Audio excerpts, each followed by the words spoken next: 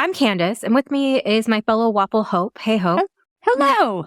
We are Star Wars fans, intense Star Wars fans, I would say. And as chronically online Star Wars fans, we are used to hearing the complaint about Star Wars TV, that an episode is a filler episode. We've heard this from The Mandalorian to The Bad Batch. I'm just going to come in here and just say I hate it. I hate that F word. I think it's the worst F word of TV. You keep using the word. I don't think it means what you think it means. TV trope defines filler episodes as entries in the generally continuous serial that are unrelated to the main plot, don't significantly alter the relations between characters, and generally serve only to take up space. The term became popular in anime, where filler referred to anything that wasn't part of the original source material, because a lot of anime are adaptations of existing material. Yeah, and essentially what it was like, the show would catch up to an ongoing anime, so they needed something there so the manga could get ahead. Because they're all adaptations of the manga, so it's legitimately filler, and that's part of the reason why I could not finish watching Bleach. I just hit those filler arcs, and I was just like, I can't do this for 70 episodes. And when I think filler episode, I think of clip shows when they would flash back to things. Unless they're done right, like Avatar. Avatar: The Last Airbender did their clip shows right, because they just made it a play, and they made it a meta in-joke play. And I think it's the Fire Island Players is the name of the episode. That is probably one of the best clip shows and best episodes of Avatar ever. I will say Community, and It's Always Sunny in Philadelphia did a kind of like a parody of clip shows when, yes, they were like flashbacks, but they were all new material. So it incorporated into the story itself. And it was almost like a Rashomon, because it was from the character's point of view, remembering things. But yeah, it's a budgetary practice to like, you hit that like episode 17 of 24. We need to save money here. Yeah, because back before streaming, network televisions were usually about 20 to 24 episodes long. And it was understandable that sometimes writers and showrunners had to stretch their minds and their budgets. The most defining aspect of a filler episode is it doesn't move the series forward, meaning the episode can be ignored without the audience missing out on any important information to the series. Okay, so I wish to take you back. Are you ready to go back in time?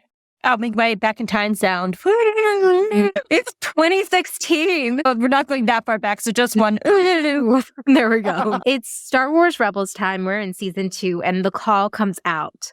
And it's space whales. And all over Tumblr, people are like, this is filler. What's the point of this? This was so boring. I don't understand.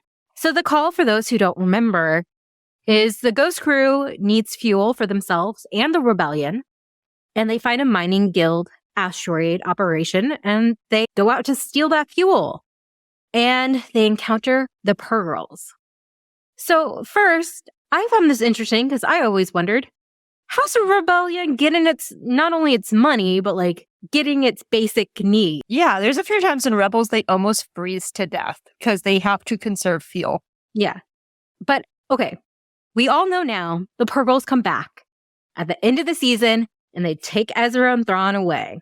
And I have a love-hate relationship with these space whales because so does Hera, apparently. I will admit, I was one of the people who were just like, what is happening? Why are we here, Dave? And I was definitely one of those people who was like, these space whales are dumb. And then they came back, and I was like, why are they taking my blue husbando? Why are the space whales here? If you're new to the Waffles, Hope is obsessed with Thrawn. And the Grand Inquisitor. They're my blue husbando and grande boyfriend. Yes. Okay. So. I feel like we need to preface that because sorry, you just you went somewhere, Hope. I don't think they can follow. It's fine. It's fine. I always remember this quote from Amphibia creator Matt Braley, and it says, "Be careful about skipping episodes because you think they look like filler. You may get to the end and not realize you missed the journey completely." And it always reminds me of when Dave Filoni was just like, everyone always talked about the Purgle. They were always fast to call it a filler. And the thing is that fans were so fast to call it filler that they didn't realize the journey they were on, like what it meant for Ezra, what it meant for the rebellion, and how they wrote it off so fast in the moment. And I think a big important thing is having patience with shows. because it's hard to know where the story is going week to week until you get to the end. And I do think it's important to enjoy what's happening in the present so you don't miss the journey. And I want to say, rewatching the episode, I was reminded that it also shows us so many important things about the characters. That's something that you especially have talked about, Hope, is how important character development is. And that's not quite moving the plot forward, but it's moving the characters forward. We learn more in this episode about Ezra's Force ability to connect to animals.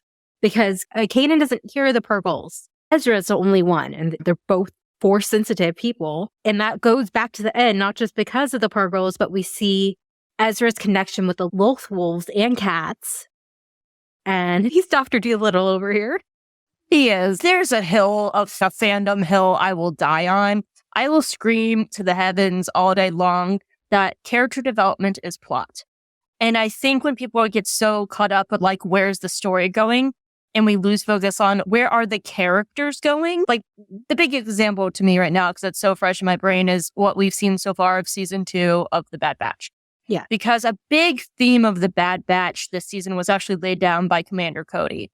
He flat out tells Crosshair, what makes us different from droids is we can think for ourselves. And a big theme of the season is who are the clones when the Empire has no more use for them? And it's them discovering who they are as people when they're not soldiers, when they're not mercenaries. And with the most recent episode, Entombed, Thee tells Omega the compass they were using for treasure hunting, it has served its purpose and they have to leave it behind. That's where the clones are. They've served their purpose. So who are they now? And so like we have episodes like Faster where Tech finds a hobby he genuinely enjoys. He tells Teo, this is interesting. I like riot racing. I find this fascinating. And when people are finding interests outside of their purpose, that's a hobby. That's going to be a piece of his character. When they go with Fee and Entombed, they're not on a mission for Sid. Like, yeah, they might get some money, but honestly, it's just because Omega wants to go on a fun adventure with her brothers. And they are choosing that. And that's the important thing. They're not being told by the Republic. They're not being told by the Empire. They're not being told by Sid. The Batch is choosing that for themselves because they want to. And that is the important theme of season 2 of Bad Batch, is them finding their new path outside of themselves and outside of what their purpose was given to them. And that's why Crosshair struggles. He is still holding on to his purpose given to him because he's not ready to face the question of who am I if I cannot be this purpose? Something that we talked about when we were ranking all the clones was Hannah and I didn't feel like we had a good understanding of Tech. And honestly, after the premiere and Faster, I feel like I have a better grasp of who he is. And that's so important when you have a show like this that is an ensemble cast. You need to know these characters. So Faster was one of my favorites, just because we got to see a new side of Tech. I am so glad that you're jumping, like you guys are coming on to the Tech gospel that I've been spieling for a year now. Yes, come to me, children. Come to my side, to the gospel that is Tech, who's my favorite character. The other thing I find fascinating about The Bad Batch is how much it's formatted so much like the first 3 seasons of Clone Wars. Because Clone Wars has what a lot of people would call the filler episodes, especially in those first 3 seasons when they hadn't really started the arcs yet. They started getting into the multi-episode arcs in season 3. And it was very hard for me personally to get into the Clone Wars because of certain episodes that were in the first season even.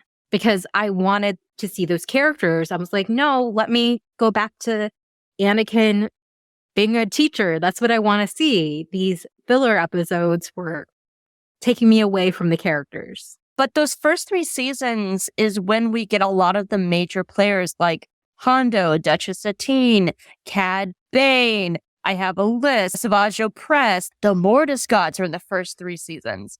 And it's so easy to write off these big characters on their episodes because they're filler and to skip around.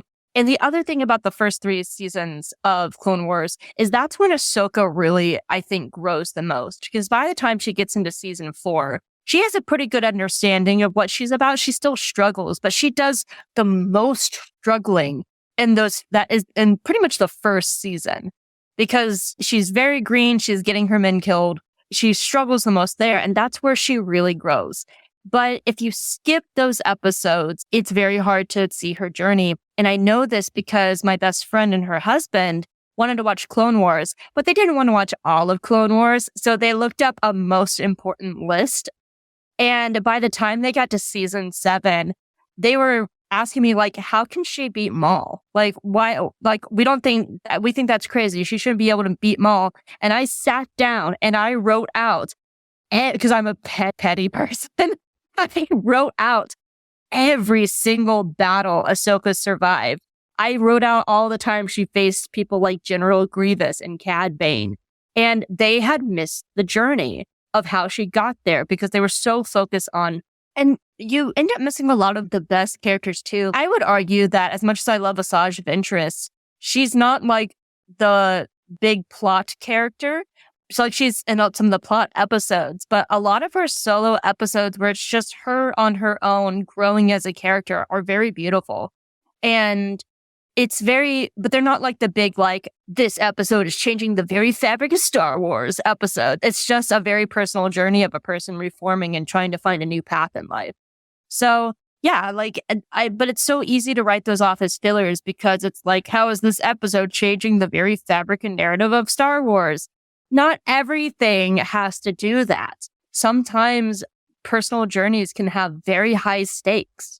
Do you think that's because, especially for older fans who were fans for years, we're used to the movies?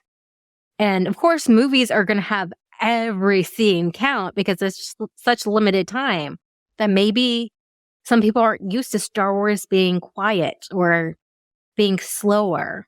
I'm going to preface this by saying I'm probably not the best person to watch this because, hot take, the movies are my least favorite part of Star Wars because I fell in love with Star Wars through television. Like, Clone Wars was my gateway into the fandom but I've always been a television over movie person in general for that very reason, because you can have more time with characters. You can do more world building. That's always been my favorite format of Star Wars. But that being said, I will partially agree because I could see the transition. Not just the transition to television, but the transition between live action and animation. I am the residential animation lover of the Waffles, but even I understand that animation is a medium that has a harsh stigma against it. And a lot of people write it off as being like the kid stuff, but it's not for kids. It's all ages. And so I do understand there's probably a barrier, not just between the live action, but also for the kid stuff. But that's a good segue into the live action because Mandalorian often got a filler label. Yeah, and honestly, the whole show is the premise that we were given since the beginning is Din is a bounty hunter in this galaxy that we know very well, but he doesn't. He's not the smartest guy. The word you're looking for is himbo. Yes, he's a himbo and we love him. He's the greatest himbo. Yes. And yes, Grogu is part of his story, and his path was to reunite Grogu with his people. But you couldn't just jump to that without having the two of them build a relationship. While Din is also being a okay bounty hunter. I like that he has two modes of bounty hunting. He either has beast mode or he has I'm fumbling through luck and duct tape and spit to get this job done. Like, those are his two modes, and that's it. He's very much the definition of falling off. Yes, and for anybody he's not a himbo, he's great. He's awesome. He is great and awesome and a himbo. Yes. Just remember when he was using the darksaber, he sliced his leg. But yeah, I think it comes down to a few factors of why we're getting more like filler labels thrown around. For one, this is really the first time in Star Wars where we've had a lot of social media with these shows. Yeah, it was definitely around during Rebels, but it has really exploded since then. But when I was watching Clone Wars in college, yeah, Twitter was there, but I wasn't talking to people on Twitter about Clone Wars episode I was watching at the time. So I think that's a big thing. So we can, as a fan base, we tend to tribe up and just, let's circle around this like little episode and either love it or bash it. And then we'll separate into our little tribes of like fighting, which is never good. And then we've also had a shift with the streaming wars because things could be a mix of beautiful serial and episodic episodes back when we had these 24 episode seasons. And having those 20, 22, 24 episode seasons, you could have this mix of both serial episodes and episodic episodes. And it's a beautiful mix up for you to have those breathers. And every character is someone's favorite. But with streaming world, when you only have 10, 12, maybe 16 episodes like Bad Batch, you have to book it through stuff. So it comes down to a choice. Is this an episodic show or is this a serial show? And I feel like Mandalorian kind of has been shifting from episodic into serial. I feel like season 3 is going to be a lot more straightforward and not as much of we're going to run errands for 4 episodes. And I think that's purposeful because the first part of The Mandalorian was getting to know Din and Grogu as people.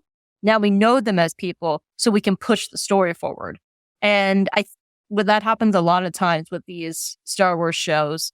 Rebels did that. The first season was very episodic, getting to know the Ghost Crew. Season 2, they moved into a bigger realm. And season 3 and season 4 just went. They just go.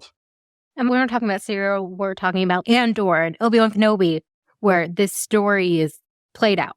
For The Mandalorian, Din wasn't part of a bigger story until later on. Yeah. He wasn't part of this galactic Mandalorian war, which looks like what we're getting in season 3. And I cannot wait for him to be right in the middle of it all, with Bo-Katan just staring at him. Imagine if he got the Darksaber, but without the context of him and Grogu getting to know each other in season 1. Yeah. What if he would just be some guy showing up like, why do you have that? But because if he just showed up with it, there'd be all these questions. And there are still questions like, how did Bo-Katan lose it? What happened with all that? But now that we know who Din is, and we know that he is probably not like skill-wise, probably not the best for the Darksaber, but character-wise, he has had 2 seasons to learn how to be a true Mandalorian. That's part of the reason why I love season 2 so much, because every character that has like a cameo, like the Frog Lady, Cobb Vanth, Bo-Katan, all that, like Boba Fett, they all thematically tie to who Din is as a person. And they all represent a side of Din or a side of being a Mandalorian. Cobb Vanth might not be a Mandalorian, but he has the honor and the valor to where he could wear the armor. And he did. And he gave it up. And because he's a good man. And that's a side of Mando culture that Din has to learn how to embrace. So it might seem like adventure of the week running errands, but when it comes to these filler episodes, they're almost always building the character or they're building the themes of the show. Or even building the world. The Purgles just added more to the mythos of space. Hera's telling Ezra, like, the story is that's how it inspired people to go into space.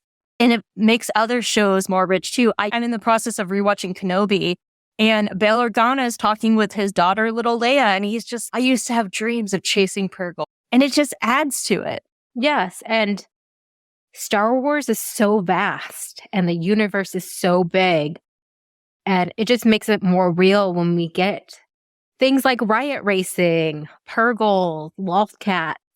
I say you wait until the series is over before you say anything is filler. Yeah, I absolutely agree, because it's so hard to tell what the story is until you're in the midst of it. And so, again, I always think back to Matt Braley. Just enjoy the journey. And that's, to go back to the Bad Batch episode, Entombed, it ends with Omega going, we didn't get the treasure, but we had a fun adventure along the way.